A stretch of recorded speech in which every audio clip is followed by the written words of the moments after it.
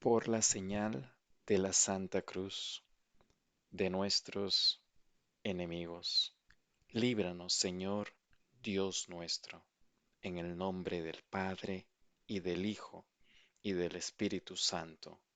Amén. Él te quiere totalmente para sí mismo. Él quiere que pongas toda tu confianza y todo tu afecto solo en Él. Y es precisamente por esta razón que Él te envía esta aridez espiritual para unirte más estrechamente a Él. Padre Pío de Pietrelcina. Capítulo 3. A la búsqueda de una respuesta a la pregunta sobre el sentido del sufrimiento. Dentro de cada sufrimiento experimentado por el hombre y también en lo profundo del mundo del sufrimiento, aparece inevitablemente la pregunta ¿por qué? Es una pregunta acerca de la causa, la razón, una pregunta acerca de la finalidad, ¿para qué? En definitiva, acerca del sentido. Esta no solo acompaña el sufrimiento humano, sino que parece determinar incluso el contenido humano. Eso por lo que el sufrimiento es propiamente sufrimiento humano. Obviamente el dolor, sobre todo el físico, está ampliamente difundido en el mundo de los animales, pero solamente el hombre, cuando sufre, sabe que sufre y se pregunta por qué. Y sufre de manera humanamente aún más profunda si no encuentra una respuesta satisfactoria. Esta es una pregunta difícil, como lo es otra muy afín, es decir, la que se refiere al mal. ¿Por qué el mal? ¿Por qué el mal en el mundo? Cuando ponemos la pregunta de esta manera, hacemos siempre, al menos en cierta medida, una pregunta también sobre el sufrimiento. Ambas preguntas son difíciles cuando las hace el hombre al hombre, los hombres a los hombres, como también cuando el hombre las hace a Dios. En efecto, el hombre no hace esta pregunta al mundo, aunque muchas veces el sufrimiento provenga de él, sino que la hace a Dios como creador y Señor del mundo. Y es bien sabido que en la línea de esta pregunta se llega no solo a múltiples frustraciones y conflictos en la relación del hombre con Dios, sino que sucede incluso que se llega a la negación misma de Dios. En efecto, si la existencia del mundo abre casi la mirada del alma humana a la existencia de Dios, a su sabiduría, a su poder y magnificencia, el mal y el sufrimiento parecen ofuscar esta imagen, a veces de modo radical, tanto más en el drama diario de tantos sufrimientos sin culpa y de tantas culpas sin una adecuada pena. Por ello, esta circunstancia, tal vez más aún que cualquier otra, indica cuán importante es la pregunta sobre el sentido del sufrimiento y con qué agudeza es preciso tratar tanto la pregunta misma como las posibles respuestas a dar. El hombre puede dirigir tal pregunta a Dios con toda la conmoción de su corazón y con la mente llena de asombro y de inquietud. Dios espera la pregunta y la escucha, como podemos ver en la revelación del Antiguo Testamento. En el libro de Job, la pregunta ha encontrado su expresión más viva. Es conocida la historia de este hombre justo que sin ninguna culpa propia es probado por innumerables sufrimientos. Pierde sus bienes, los hijos e hijas, y finalmente él mismo padece una grave enfermedad. En esta horrible situación se presentan en su casa tres viejos amigos, los cuales, cada uno con palabras distintas, tratan de convencerlo de que, habiendo sido afectado por tantos y tan terribles sufrimientos, debe haber cometido alguna culpa grave. En efecto, el sufrimiento, dicen, se abate siempre sobre el hombre como pena por el reato, es mandado por Dios que es absolutamente justo y encuentra la propia motivación en la justicia. Se diría que los viejos amigos de Job quieren no solo convencerlo de la justificación moral del mal, sino que, en cierto sentido, tratan de defender el sentido moral del sufrimiento ante sí mismos. El sufrimiento, para ellos, puede tener sentido exclusivamente como pena por el pecado y por tanto solo en el campo de la justicia de Dios que paga bien con bien y mal con mal. Su punto de referencia en este caso es la doctrina expresada en los libros del Antiguo Testamento, que nos muestran el sufrimiento como pena infligida por Dios a causa del pecado de los hombres. El Dios de la revelación es legislador y juez en una medida tal que ninguna autoridad temporal puede hacerlo. El Dios de la revelación, en efecto, es ante todo el creador, de quien, junto con la existencia, proviene el bien esencial de la creación.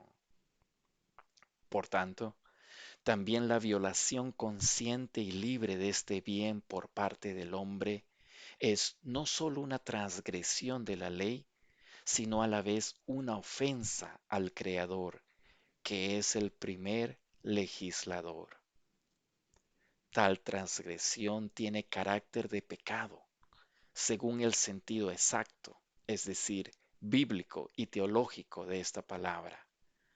Al mal moral del pecado corresponde el castigo, que garantiza el orden moral en el mismo sentido trascendente, en el que este orden es establecido por la voluntad del Creador y Supremo Legislador.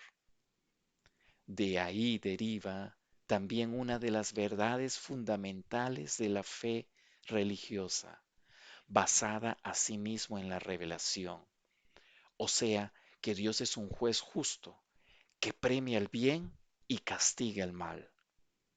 Señor, eres justo en cuanto has hecho con nosotros, y todas tus obras son verdad, y rectos son tus caminos, y justos todos tus juicios, y has juzgado con justicia en todos tus juicios, en todo lo que has traído sobre nosotros. Con juicio justo has traído todos estos males a causa de nuestros pecados. En la opinión manifestada por los amigos de Job, se expresa una convicción que se encuentra también en la conciencia moral de la humanidad. El orden moral objetivo requiere una pena por la transgresión, por el pecado y por el reato. El sufrimiento aparece, bajo este punto de vista, como un mal justificado. La convicción de quienes explican el sufrimiento como castigo del pecado halla su apoyo en el orden de la justicia y corresponde con la opinión expresada por uno de los amigos de Job.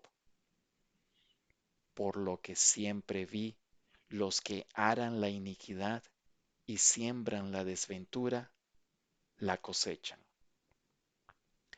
Job, sin embargo, contesta la verdad del principio que identifica el sufrimiento con el castigo del pecado y lo hace en base a su propia experiencia.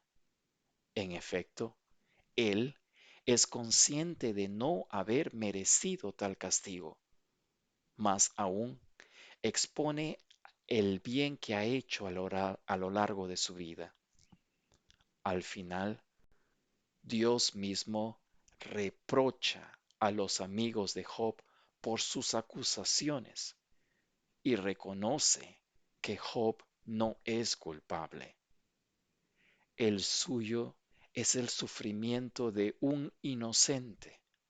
Debe ser aceptado como un misterio que el hombre no puede comprender a fondo con su inteligencia.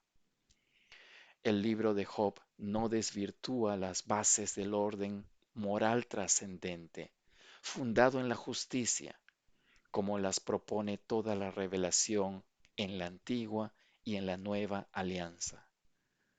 Pero a la vez, el libro de Job demuestra con toda claridad que los principios de este orden no se pueden aplicar de manera exclusiva y superficial.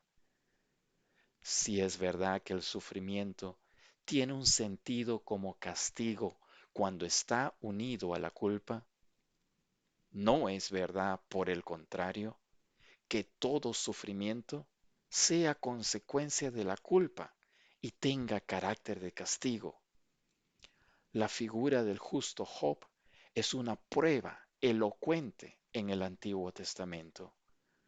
La revelación, palabra de Dios mismo, pone con toda claridad el problema del sufrimiento del hombre inocente, el sufrimiento sin culpa. Job no ha sido castigado, no había razón para infligirle una pena, aunque haya sido sometido a una prueba durísima. En la introducción del libro aparece que Dios permitió esta prueba por provocación de Satanás. Este, en efecto, puso en duda ante el Señor Dios la justicia de Job y dijo: ¿acaso teme Job a Dios en balde? Has bendecido el trabajo de sus manos y sus ganados se esparcen por el país. Pero extiende tu mano y tócalo en lo suyo, y veremos si no te maldice en tu rostro. Si el Señor consiente en probar a Job con el sufrimiento, lo hace para demostrar su justicia. El sufrimiento a veces tiene carácter de prueba. El libro de Job no es la última palabra de la revelación sobre este tema. En cierto modo, es un anuncio de la pasión de Cristo, pero ya en sí mismo es un argumento suficiente para que la respuesta a la pregunta sobre el sentido del sufrimiento no esté unida sin reservas al orden moral basado solo en la justicia. Si tal respuesta tiene una fundamental y trascendente razón y validez, a la vez se presenta no sólo como insatisfactoria en casos semejantes al del sufrimiento del justo Job, sino que más bien parecen rebajar y empobrecer el concepto de justicia que encontramos en la revelación. El libro de Job pone de modo perspicaz el porqué del sufrimiento.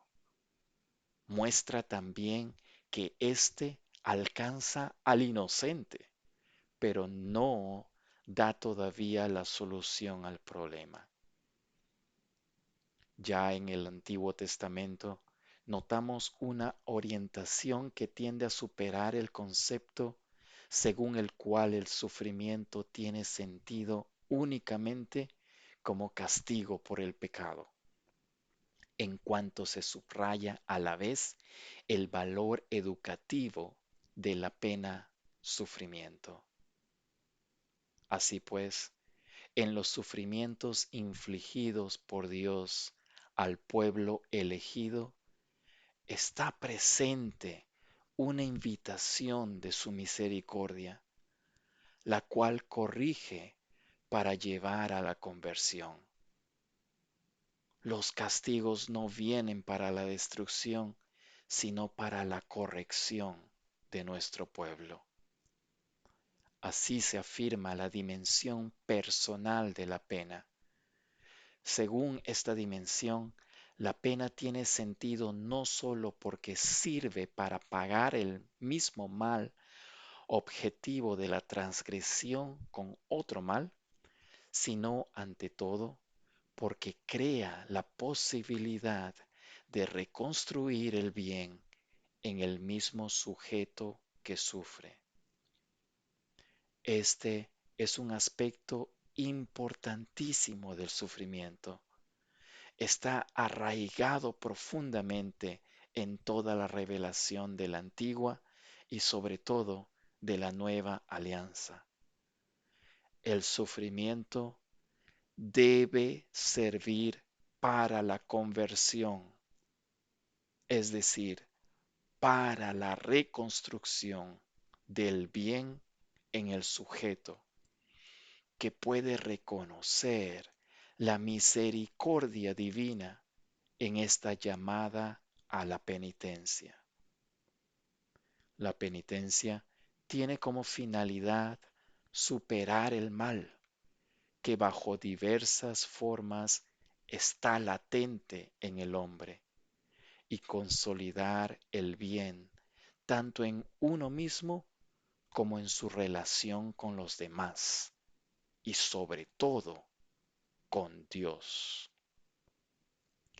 Pero para poder recibir y percibir la verdadera respuesta al porqué del sufrimiento, tenemos que volver nuestra mirada a la revelación del amor divino, fuente última del sentido de todo lo existente. El amor es también la fuente más rica sobre el sentido del sufrimiento, que es siempre un misterio. Somos conscientes de la insuficiencia e inadecuación de nuestras explicaciones. Cristo nos hace entrar en el misterio y nos hace descubrir el porqué del sufrimiento en cuanto somos capaces de comprender la sublimidad de su amor divino. Para hallar el sentido profundo del sufrimiento, siguiendo la palabra revelada de Dios, hay que abrirse ampliamente al sujeto humano en sus múltiples potencialidades.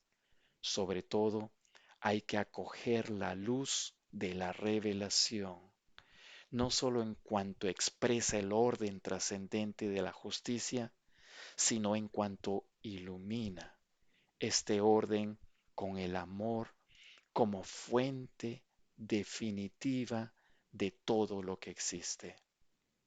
El amor es también la fuente más plena de la respuesta a la pregunta sobre el sentido del sufrimiento.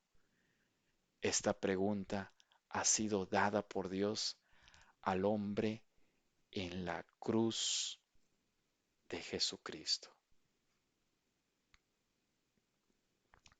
Señor,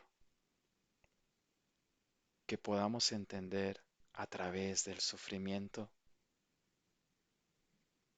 el llamado a la conversión, el llamado a recobrar el sentido del amor profundo que tú demostraste en la cruz por nosotros.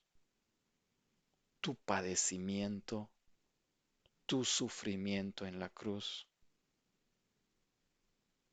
dio vida, dio salvación, generó una nueva vida para nosotros,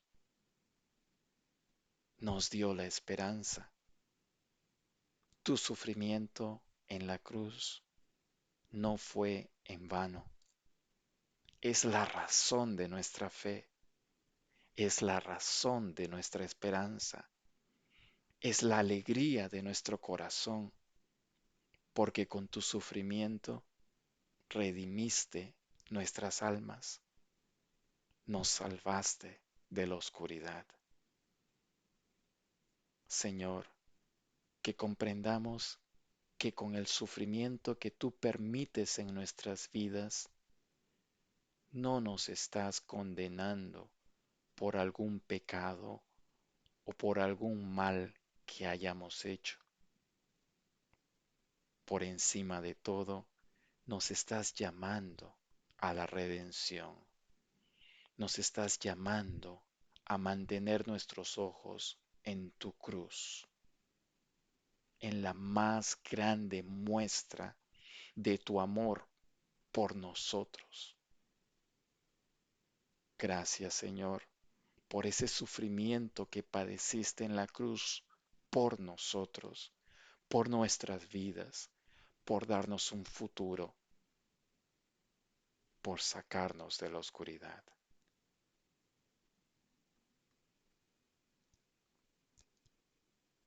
Él te quiere totalmente para sí mismo.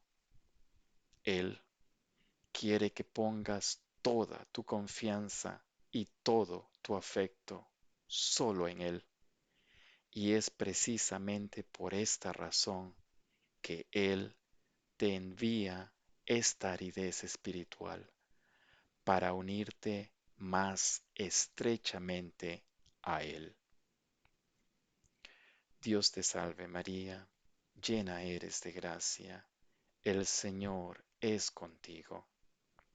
Bendita tú eres entre todas las mujeres, y bendito es el fruto de tu vientre, Jesús. Santa María, Madre de Dios, ruega por nosotros los pecadores, ahora y en la hora de nuestra muerte. Amén.